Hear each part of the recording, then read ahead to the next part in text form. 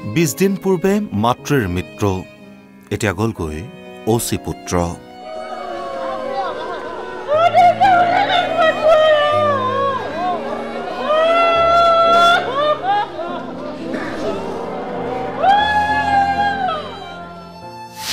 আধৰুৱা সপোন লৈ চিৰবিদায় ললে অচি বিৰিঞ্চি দাসে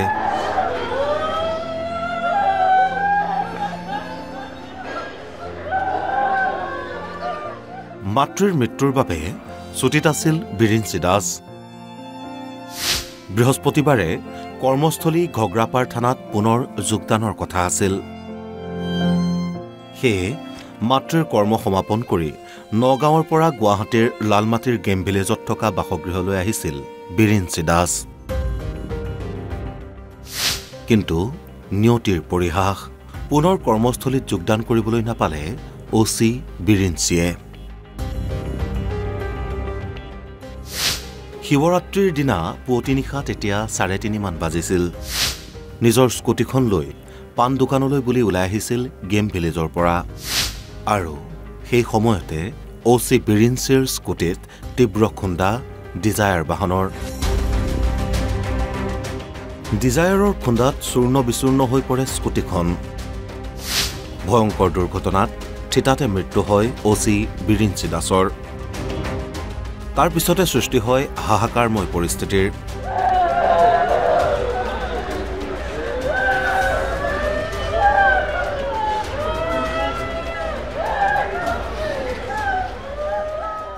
এনেতো থাকে ইয়াতে আমাৰ ঘগ্ৰাপাৰ থানাতে কোৱাৰ্টাৰত থাকে কিন্তু তেখেতৰ এটা কোৱাৰ্টাৰ আপোনাৰ গেম ভিলেজতো আছে তেখেতৰ ৱাইফ তেখেতৰ ডটাৰ ছোৱালীজনী তাতে থাকে মাকৰ ঢুকুৱা আজি 20 দিনমান হৈছিলে তো কৰ্ম সেইদিনা 19 তাৰিখে কৰ্ম গ'ল তো তেখেত আজি জইন কৰা কথা আছিলেই তো মোক যোৱাকালিও ফোন কৰিছিলে যে আজি জইন কৰিম মই সেইটো বুলি মই আহক ছাৰ বুলি কৈছিলোঁ তাৰপিছত তেখেত নগাঁৱৰ পৰা গুৱাহাটী আহি পাইছিলে গেম ভিলেজলৈ কোৱাৰ্টাৰটোত তাৰপিছত ৰাতি কি হ'ল কি নহ'ল ইমান এটা গম নাপাওঁ ক'ত গৈছিলে কি গৈছিলে স্কুটিত আছিল তেখেতে জানামতে ট্ৰাফিক পুলিচে যি কৈছে তাৰ জানামতে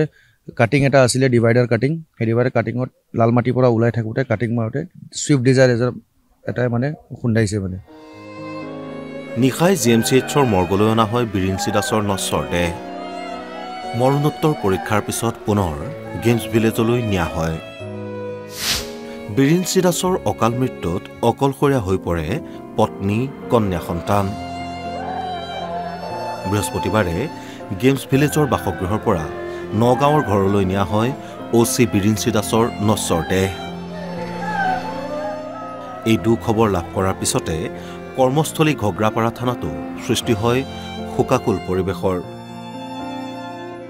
সম্পূৰ্ণ নহল অচি বিৰিঞ্চি দাসৰ তত্বাৱধানত নিৰ্মাণ হৈ থকা মন্দিৰটো দোকানখন নিজে কৈ মোক পাতি দিছে যে মই পইচা দিম তোক কিবা যদি পইচা লাগে দোকানখন পাতি ল তই মই গ'লোতো ক'ব পাৰিবি মই একদিন তোৰ দোকান পাতি দি যাওঁ বুলি তেখেতে খোৱাৰ টাইমত তেখেতৰ লগত 4-5জন মানুহ নহ'লে তেখেতে ভাত নাখায় চাহ নাখায় ৰাতিপুৱাৰ ব্ৰেকফাষ্ট নাখায় মই ঘৰত ভাত খায়ো তথাপিও ছাৰৰ লগত বহি মেগী খাব লাগে মোৰ লগত বিশেষকৈ বহুত নিবিড় সম্পৰ্ক ৰাখিছিল তেখেতে আহাৰ পৰা প্ৰতিটো কামতে বা প্ৰতিটো কথাতে তেখেতে মোক সুধিছিলে যিকোনো ক্ষেত্ৰত মই নতুনকৈ আহিছোঁ ইয়াতে তই পুৰণা মানুহ তই ইয়াতে আছাই আজি ঘৰৰ কাষতে থানা তই মোক গোটেইখিনি আৰু মোক বুলি নহয় পাব্লিককেই হওক বা ষ্টাফৰ মানুহে নিজৰ একদম ভাতৃৰ দৰে ব্যৱহাৰ কৰে এনেকুৱা এটা লাগিছে তেখেতে এই মন্দিৰৰ কামটো আৰম্ভ কৰিছিলে আজি মন্দিৰৰ কামটো তেখেতে সম্পূৰ্ণ কৰিব নোৱাৰিলে এইবিলাক বহুত দুখ লাগিছে আজি বিশেষকৈ তেখেতৰ যিটো মানে স্বভাৱ চৰিত্ৰ তেখেতৰ মানে ব্যৱহাৰ এইবিলাকত বিশেষকৈ বিভ্ৰান্ত কৰিছোঁ মই দোকানখন তেখেতে মোক কৈছে যে দোকান আগেতো মই দোকান কৰিছিলোঁ বাৰু যেনিবা ঘৰ ভাঙা গ'ল তাতে যোৱাৰ পিছত মই 1 বছৰ দোকান কৰা নাছিলোঁ দোকানখন নিজে কৈ মোক পাতি দিছে যে মই পইচা দিম তোক কিবা যদি পইচা লাগে দোকানখন পাতি ল তই মই গ'লোতো ক'ব পাৰিবি মই একদিন তোৰ দোকান পাতি দি যাওঁ বুলি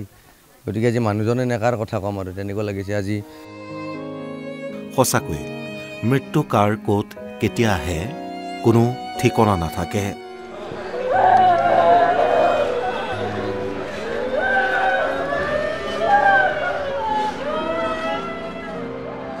আৰু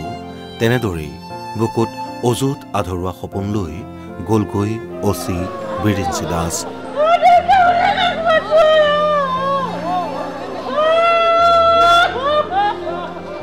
দীপাংকৰ মেধি মনোজ দুৱাৰা আৰু